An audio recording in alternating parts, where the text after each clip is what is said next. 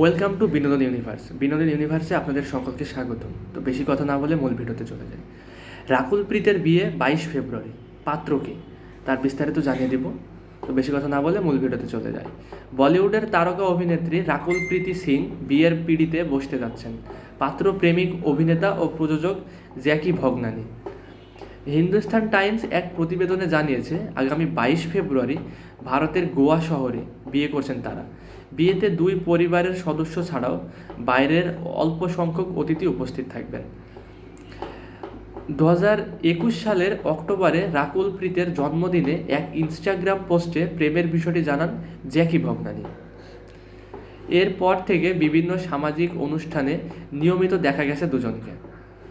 রাকুল প্রীতকে সবশেষ thank god সিনেমায় দেখা গেছে।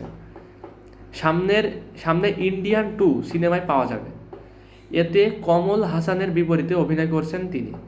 এটি 1996 সালে মুক্তিপ্রাপ্ত ইন্ডিয়ান সিনেমার সিকুয়েল।